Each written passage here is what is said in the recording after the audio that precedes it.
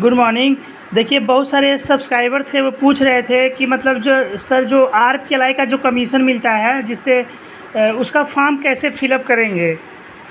ठीक है, उसके फॉर्म को फिलअप करने का मतलब तरीका पूछ रहे थे लोग, और एजेंट कोड कैसे बनाते हैं ये भी पूछ रहे थे, और एजेंट कोड लगाएंगे कहाँ पर ये भी पूछ रहे थे।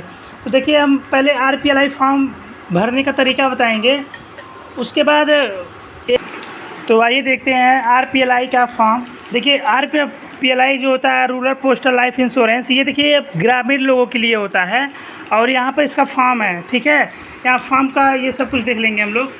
यहाँ पर देखिए हर चीज़ किया है। यहाँ पर क्या करेंगे, कस्टमर का यहाँ पर फ़ोटो चिपकाएंगे। ठीक है,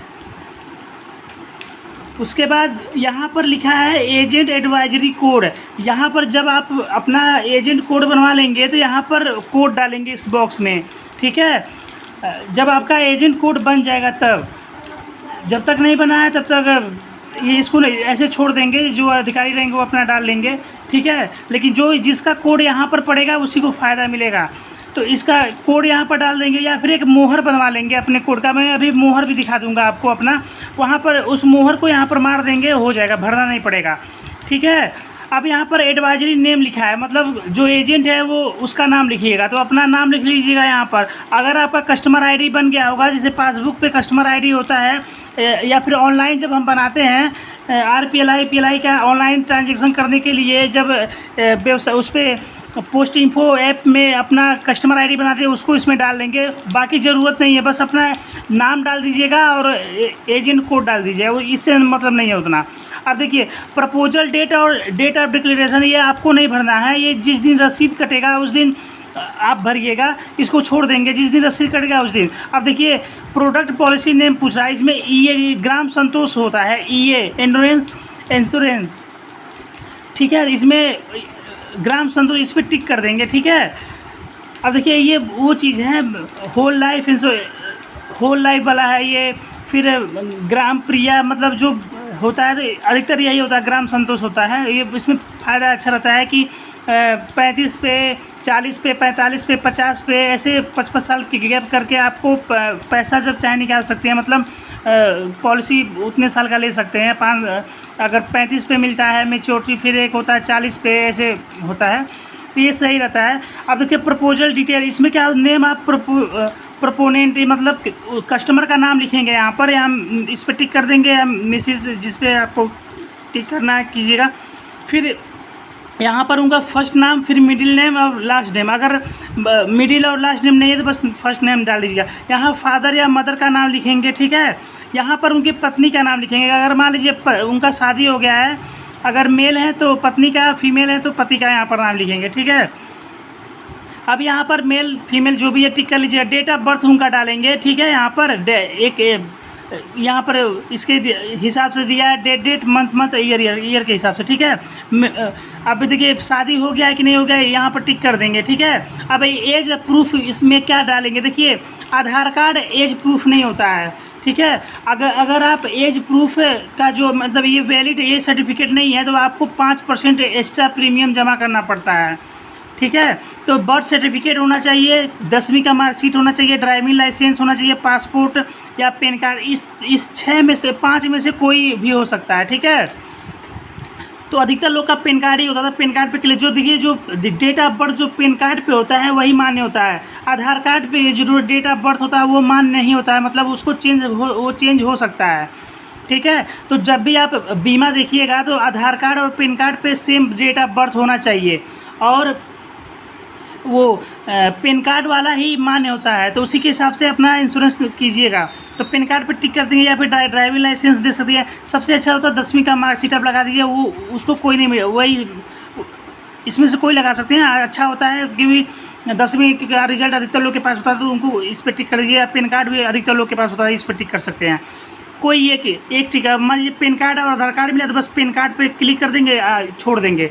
आधार कार्ड एड्रेस के लिए लगता है। ठीक है, अब देखिए फीमेल के लिए क्या होगा, अगर मान लीजिए फीमेल हैं तो उनके पास कितने बच्चे हैं, क्या वो प्रेग्नेंट हैं, और उनका मतलब डिलीवरी कब तक होने वाला है, ये सब यहाँ पर मांगता है। ठीक है, अगर फीमेल हैं तो, मेल है तो इसको छोड़ देंगे। अब यहाँ पर अपना एड्रेस डालेंगे, विलेज अपना डाल लेंगे, फिर पोस्ट ऑफिस का नाम डालेंगे, कंट्री यहाँ इंडिया डाल देंगे, फिर डिस्ट्रिक्ट का नाम डालेंगे, स्टेट डाल देंगे और पिन कोड डाल देंगे। ठीक है, अगर ये कोड सेम है आपका, मतलब ये एड्रेस अगर परमानेंट है तो यहाँ पर टिक कर देंगे। ठीक है, अब यहाँ पर कॉन्टैक्ट डिटेल डालेंगे, अगर फ़ोन नंबर, यहाँ पर मोबाइल नंबर डाल देंगे, एसटीडी कोड ये सब तो अब है नहीं, तो मोबाइल नंबर यहाँ डाल देंगे, यहाँ पर ईमेल आईडी डाल देंगे। अगर ईमेल आईडी नहीं है तो इसको छोड़ देंगे, बस मोबाइल नंबर डाल देंगे, इन दोनों को छोड़ देंगे अगर ये सब नहीं है तो।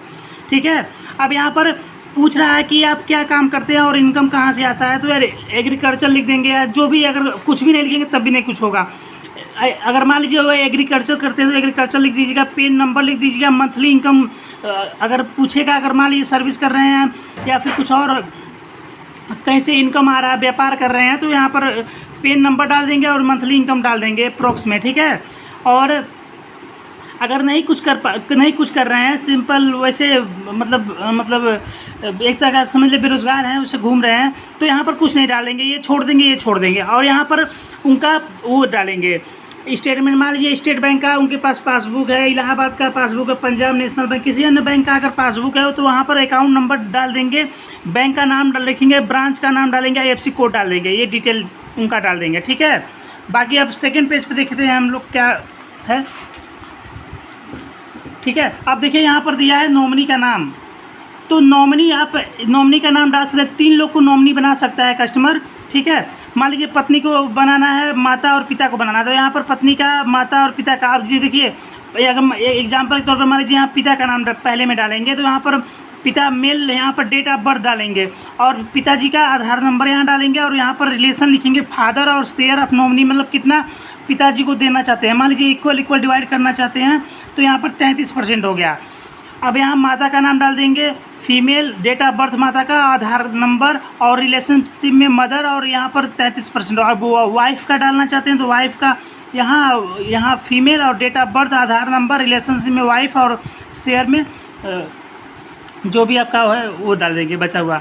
अगर मान लीजिए शादी नहीं हुआ है तो माता पिता को अगर बनाना चाहते हैं तो बस माता और पिता का यहाँ डाल के शेयर में 50-50 कर देंगे। अगर मान लीजिए आप बस पिताजी को बनाना चाहते हैं तो यहाँ पिताजी का नाम डाल के यहाँ male, date of birth, Aadhaar number, father है, यहाँ पर शेयर ऑफ नॉमिनी, मतलब आप कितना दें तो 100% कर दीजिएगा। इसका मतलब ये होता है अगर आपको कुछ दुर्घटनावश कुछ हो गया आपको तो पैसा किस में बटेगा, मतलब पैसा कि कौन कौन ले सकता है। 3 लोग मैक्सिमम लोग डाल सकते हैं, बाकी आप 1 लोग का पिता का भी डाल सकते हैं, मम्मी का, किसी एक को, सिंगल भाई बहन किसी को डाल सकते हैं। अगर मान लीजिए नॉमिनी 18 साल का नहीं है, अगर मान लीजिए आप अपने छोटे बहन का नाम डालना चाहते हैं तो उसमें अगर वो 18 साल की नहीं है तो यहाँ पर वो अपॉइंटी जो है एक तरह का समझ लिए एक गार्जियन टाइप का वहाँ पर वो होना चाहिए, उनका सिग्नेचर होना चाहिए। तो वहाँ पर मान लीजिए आप कोई नॉमिनी का 18 साल से कम है तो उसका नाम लिखेंगे, जेंडर लिखेंगे, डेट ऑफ बर्थ लिखेंगे, आधार नंबर लिखेंगे, रिलेशनशिप लिखेंगे और शेयर कितना उसको देना चाहते हैं ये लिखेंगे यहाँ पर। ठीक है, अब यहाँ पर वो इसको अगर मान लीजिए नॉमिनी माइनर है तो यहाँ पर किसी उसके घर में ही या उसके रिश्तेदार से ही अगल बगल से कोई किसी का नाम यहाँ डाल सकते हैं। और यहाँ रिलेशनशिप पूछता है, मतलब मम्मी है कि पापा है कि चाचा है, मामा है, फूफा है, जो भी हैं उसको रिलेशनशिप में डाल देंगे। यहाँ पर मेल फीमेल जो भी है उनका डेट ऑफ बर्थ डालेंगे जो अपॉइंट करता है कि हाँ ठीक है ये नॉमिनी माइनर है, हम अपॉइंट करते हैं इसको, और हम मतलब एक तरह गवाह टाइप का वो हो गया। ठीक है, मोबाइल नंबर उनका डाल देंगे। अब देखिए यहाँ पर एडिशनल पॉलिसी डिटेल दिया है। अगर मान लीजिए उस आदमी का पहले से भी एक बीमा चल रहा है, मान लीजिए पहले से RPLI कराया, दोबारा ये करा रहा है, तो उसको यहाँ भरेंगे सब डिटेल, पॉलिसी नंबर, टाइप क्या है, PLI की RPLI है, फिर कितने लाख का था, मेच्योरिटी कब होगा। अगर मान लीजिए वो नया है एकदम कस्टमर नया, तो इसको छोड़ दीजिएगा 8वां, इसको ज़रूरत नहीं है। ठीक है, अब ये पूछ रहा है coverage detail, age at maturity, मतलब ये पूछ रहा है कि जब वो मेच्योर हो जाएगा, जब बीमा लेना चाहेंगे तो उस समय उनका उम्र कितना होगा, यहाँ पर उम्र डाल दीजिएगा। पॉलिसी टर्म कितने साल का बीमा वो लेना चाहते हैं ये यहाँ पर डाल दीजिएगा, और कितने लाख का बीमा ले रहे हैं ये, मान लीजिए 2 लाख का बीमा ले तो यहाँ पर 2 लाख लिखेंगे, 2000 ऐसे लिख के 2 लाख। यहाँ कितने साल का, 15 साल का मान लीजिए ले रहे हैं तो 15 साल लिखेंगे। अब 15 साल के बाद उनका उम्र मान लीजिए कितना है, मान लीजिए वो इस समय 25 साल के हैं, 15 साल के बाद 40 साल के हो जाएंगे तो यहाँ पर 40 साल लिखेंगे, 40 ईयर, यहाँ पर 15 ईयर और यहाँ पर 2 लाख। एक एग्जाम्पल के तौर पर बता रहा हूँ। अगर मान लीजिए उनका मंथली कितना पड़ रहा है यहाँ पर भरेंगे, मान लीजिए 950 रुपया पड़ रहा था, यहाँ पर लिखेंगे 950 रुपये। इनिशियल पेमेंट मोर पूछ रहा था, यहाँ पर लिखेंगे अगर वो मान लीजिए कैश दे रहा है तो यहाँ कैश लिख देंगे, चेक से दे रहा है तो चेक लिखेंगे, ठीक है। जिससे वो दे रहा है वो यहाँ पर कर देंगे, लिख देंगे। अब देखिए वहाँ पर वो पूछता है कि आप मंथली जमा करेंगे कि हाफ ईयरली करेंगे कि क्वार्टरली करेंगे। तो यहाँ पर मंथली अगर होगा तो मंथली लिख दीजिएगा, हाफ ईयरली, क्वार्टरली, ईयरली जो भी होगा यहाँ पर लिख दीजिएगा, ठीक है। बाकी ये छोड़ दीजिएगा, डॉक्टर का काम है, ये भी डॉक्टर का काम है। अब देखिए यहाँ पर ये सब डॉक्टर का काम है जो चेक करेंगे कि उनको वो नहीं होता। देखिए 35 साल तक का जो कस्टमर होता है उनका मेडिकल चेकअप नहीं होता है। पोस्ट ऑफिस में एक खासियत है, मेडिकल चेकअप नहीं होता उनका, वैसे ही हो जाता है, ठीक है। बाकी उसके बाद आपको कुछ नहीं करना है, आपको बस फॉर्म भर के अपने एसडीआई सर को प्रीमियम का रसीद कटा के एसडीआई सर को दे दीजिएगा। बाकी का काम हमारे अधिकारी एसडीआई सर करते हैं, ठीक है।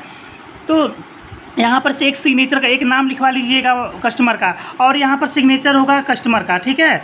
यहाँ पर डेट डाल दीजिएगा, जिस डेट में आप कोई भी डेट डाल सकते हैं। मान लीजिए जिस दिन फॉर्म भर रहे हैं उसका भी डेट डाल सकते हैं, या जिस दिन रसीद कटवा रहे हैं उसका डेट डाल सकते हैं, ठीक है। अब यहाँ पर मान लीजिए जो कस्टमर है वो अनपढ़ है, तो यहाँ पर यहाँ पर उसका नाम लिखना पड़ेगा। तो देखिए ये हो गया सिग्नेचर, कोई और करेगा। जैसे मान लीजिए अनपढ़ है, जैसे मान लीजिए पिताजी अनपढ़ हैं और तो उनका लड़का कर सकता है, उनकी पत्नी कर सकती हैं अगर पढ़ी लिखी हैं तो, ठीक है। या पूरा एड्रेस लिख दीजिएगा, डेट आप सब लिख दीजिएगा, हर चीज़ यहाँ पर भर दीजिएगा, ठीक है। अब देखिए यहाँ पर वो करेगा, मतलब जो मान लीजिए जो फॉर्म भर रहा है अनपढ़ होने की वजह से, तो अगर बेटी है तो, या बेटा है, या फिर पति हैं, या फिर मामा चाचा जो भी हैं, वो अपना यहाँ पर नाम लिखेंगे, एड्रेस लिखेंगे, यहाँ पर सिग्नेचर होगा किसका, वो एजेंट का, ठीक है। बाकी अगर कस्टमर पढ़ा लिखा है, शिक्षित है, तो ये वाला पोर्शन आपको छोड़ देना है, यहाँ से लेके यहाँ तक ये पोर्शन छोड़ देना है, इसको नहीं भरना है। फिर यहाँ पर आप अपना नाम लिखेंगे कि जैसे मेरा नाम, मैं यहाँ पर मान लीजिए शिवेश पटेल, ठीक है। एजेंट कोड, अब यहाँ एजेंट कोड डालेंगे, मेरा भी एजेंट कोड भी मैं दिखाऊंगा, DE00787040। वर्किंग एज है, यहाँ पर जिस बीओ पे आप काम कर रहे हैं उसका नाम लिखेंगे। मतलब मेरा हो गया धन्यवाद नहीं, आप किस एचओ के अंडर में आता है, तो यहाँ मेरा महाराजगंज हेड डिवीज़न, मतलब हेड ऑफिस के अंडर में आता है, ठीक है। ये भर देंगे, फिर यहाँ पर डेट लिख देंगे, यहाँ पर साइन करेंगे। और ये चीज़, और जो बीओ का जो आपको वो मिला है मोहर, उस मोहर को यहाँ पर मारेंगे, ठीक है। बाकी और कुछ नहीं है। यहाँ पर ये मेडिकल डॉक्टर जी जो हैं वो करेंगे मेडिकल जो भी करना है। हाँ, एक यहाँ चीज़ कीजिएगा, यहाँ पर कस्टमर का एक सिग्नेचर करवा लीजिएगा, ठीक है। ये चीज़ और कुछ नहीं भरना है आपको ये सब डॉक्टर करेंगे जो लगे हैं पोस्ट ऑफिस के थ्रू। बाकी इस फॉर्म को आप भर के अपने एसडीआई महोदय को दे देंगे, वो एसडीआई सर बाकी का आगे का प्रोसेस करेंगे। फिर उसके बाद आपका 15 से 20 दिन के अंदर, आपका 15 से 20 दिन के बाद आपका ये बॉन्ड आ जाएगा। देखिए ये बॉन्ड है, देखिए ये बॉन्ड है आपका, ठीक है। ये बॉन्ड है, ठीक। अब देखिए इसमें कस्टमर का नाम लिखा है, तो देखिए इसलिए बॉन्ड हुआ, और ये हुआ पासबुक आपका, ठीक है। यहाँ पर देखिए लिखा हुआ है, ठीक है। यहाँ पर ये चीज़ है, और एक ये चीज़ आप यहाँ से ये पूरा रसीद वहाँ से चिपक के आता है। फिर यहाँ हर महीने आपको रसीद चिपकाना पड़ता है। यहाँ पर ये अब तो ऑनलाइन हो गया है, IPPB के थ्रू आप भी पैसा जमा कर सकते हैं, इसमें ये अब लगाना नहीं है। अगर मान लीजिए आपका MCD मशीन काम नहीं कर रहा है, आप ऑनलाइन जमा कर रहे हैं, तो कस्टमर रसीद मांगता है, तो आप क्या करते हैं, यहाँ पर लिखा है ऑफिस ऑफ पेमेंट, या अपना बीओ का नाम लिखिएगा, डेट लिखिएगा जिस दिन पैसा जमा हो रहा है। अगर आप MCD मशीन से भी जमा कर रहे हैं तब भी लिखेंगे, ठीक है। अब जिस महीने का प्रीमियम आप जमा कर रहे हैं ये लिख दीजिएगा, अब प्रीमियम कितना है वो लिखिएगा, और यहाँ पर अपना साइन करके मुहर मार दीजिएगा, ये आपका हो जाएगा। मान लीजिए जनवरी महीने का है, तो यहाँ जनवरी धन्यवाद नहीं, पेमेंट का डेट मान लीजिए 1/1/2021, अब 2022, और ये महीने का प्रीमियम भर के हम मुहर मार, फिर अगले महीने फरवरी, मार्च, अप्रैल, मई, जून, जुलाई ऐसे भरते जाएंगे, मुहर मारते जाएंगे, और MCD मशीन से जमा करते जाएंगे, ठीक है। बाकी अगर आप ESO और हेड ऑफिस पे जमा करेंगे, तो जब वहाँ जमा करेंगे तो आपको एक रसीद मिलेगा छोटा सा, देखिए ये रसीद है, ये रसीद आपको मिलेगा। इस रसीद को यहाँ पर चिपकाना होता है, यहाँ पर चिपकाना होता है, ठीक है, प्रूफ के लिए, ठीक है। बाकी ये आपका वो है। अब देखिए हम दिखाते हैं आपको एजेंट कोड कैसे बनता है। अब देखेंगे यहाँ पर, देखिए मेरा एजेंट कोड डला है, मैं उसका वो बनवाया हूँ, मोहर बनवाया हूँ। तो देखिए यहाँ मेरा नाम लिखा हुआ है, मेरा एजेंट कोड लिखा है DE00787040, ठीक है। और ये कस्टमर है, इनका 3 लाख का है, ठीक है। अब देखेंगे ये जो बोले थे कि पोस्ट ऑफिस का, ये देखिए ये खाली है ना यहाँ पर, तो यहाँ पर क्या चीज़ डालेंगे, यहाँ ये चीज़ डालेंगे। देखिए नाम पड़ेगा, यहाँ कोड पड़ेगा, ठीक है। अगर मोहर बनाए तो मोहर है यहाँ पर, बीओ का नाम यहाँ, ठीक है। बाकी डेट पर का सिग्नेचर और मोहर मरेगा, ठीक है। बाकी मैं PLI वाला फॉर्म कैसे भरते हैं ये भी दिखा दूंगा आपको भर के, ठीक है। वीडियो अभी बहुत लंबा हो गया है, ठीक है। मिलते हैं अगली वीडियो, तब तक के लिए बाय।